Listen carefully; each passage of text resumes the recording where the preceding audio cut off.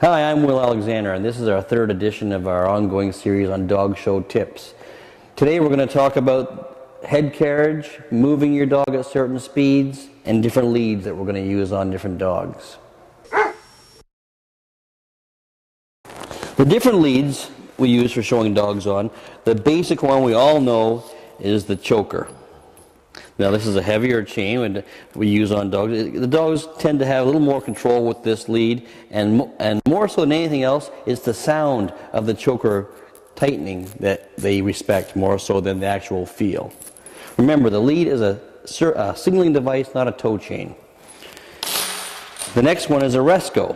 This Resco clasps on top of the dog's head. It's used primarily for directional dogs, teaching them how to carry their head, which creates the whole carriage of the dog when you're moving them. And again, I don't want to see your hand any higher than that. Say the dog's head's about there. I don't want to see your hand way up here. I don't want to see your hand way down here. I want it comfortable about waist level.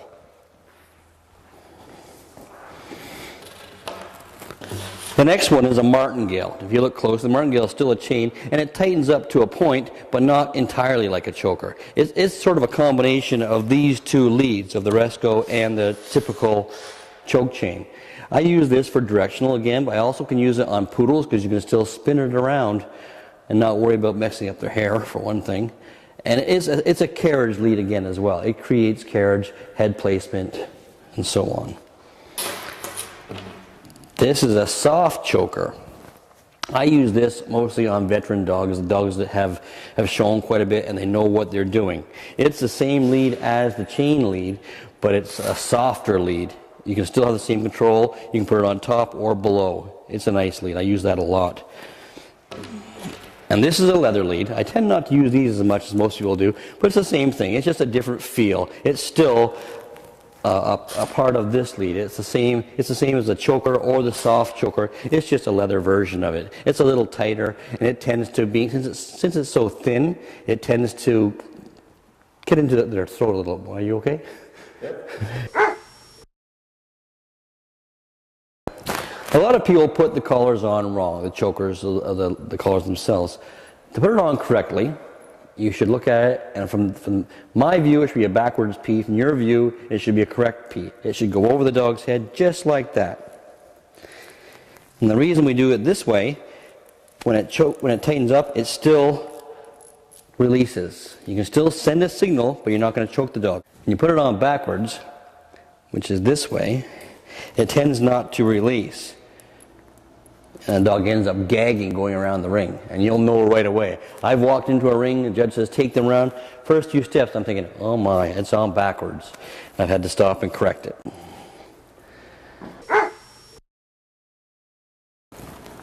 What I'd also like to talk to you about today is attention to detail again on this lead. A lot of people, you'll see some handlers and non-handlers, they'll go around the ring, they'll leave this tail out. I don't ever want to see that, any of you people. Roll it all up into one ball, hide it in your hand. I don't want it any higher than about there.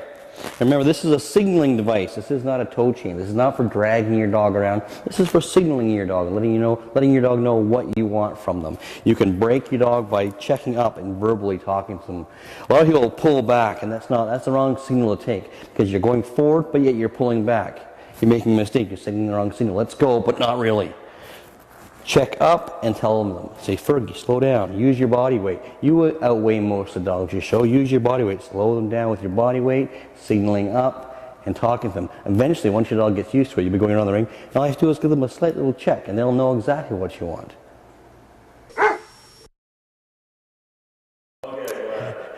Again, what I was talking about is using this as a signaling device. A lot of you people that are new in the sport will just take their dog and they'll just run with it and hope for the best. You've got to work your dog slowly, work no more than 5 minutes a day, dogs get bored. But if you're working with the lead, I want you to work like this. So as you're going along, I want you to slow her down just by that, talking, and she knows. I stopped, I checked up, and she felt my weight stop. She knew exactly what I wanted from her.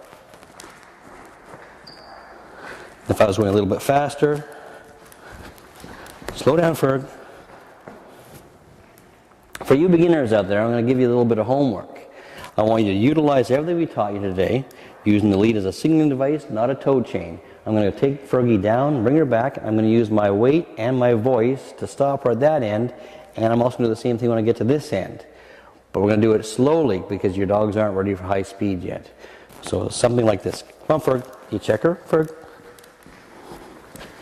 Slow down, Ferg. Good girl. See how I signaled up when I did that? I'm going to switch hands so you guys can see what I'm doing. Again, this way. Come on, Ferg. Check up. Slow down. Good girl. And slow down. Now I'm going to do it down and back at a regular speed for the show for Fergie, and you'll see how we do it. Now, it may seem a little faster for you because you won't notice me actually stopping and talking to her, but you will see the pause. Come on, Fergie. Good girl.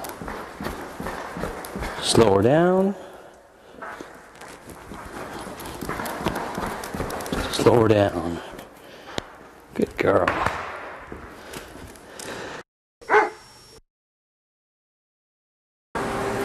The lead is a signaling device. It is not a tow chain. Most people make the mistake of when they're moving their dogs, they signal back and pull back on their dog. That's sending their dog the wrong signal. You're saying to your dog, I want you to go forward, but I don't really want you to go forward. You're trying to signal your dog by checking up, using your voice, talking to your dog, and your weight of yourself to slow your dog down. So when you're moving your dog, rather than pull back, you would move your dog, signal up, and stop your dog. Good girl. A lot of people, when they move their dogs, they move their dog rather than moving with their dog. Such as they want their dog to, and they force the dog to do things. I don't want to see that. I want to see you moving with your dog.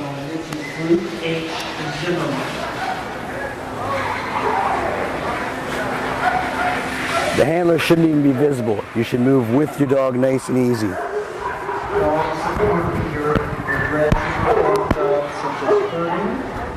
A lot of people make the mistake, mostly young people, when they're moving, they think they're on display and they try to loft themselves or suspend themselves as they're moving. Run with your dog as if you were running a race. You're not racing your dog, you're running with your dog in a relay, so you stay with the dog completely. I don't want to see arm way up here, showing off. Handler should be invisible.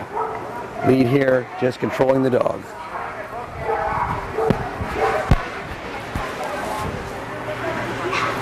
Just a quick recap. Lead placement. Attention to detail, keeping it clean. Lead completely in your hand. Arm placement. Lead is a signaling device, not a tow chain.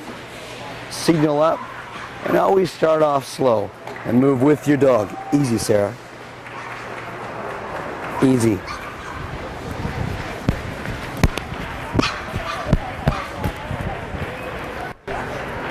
How was that?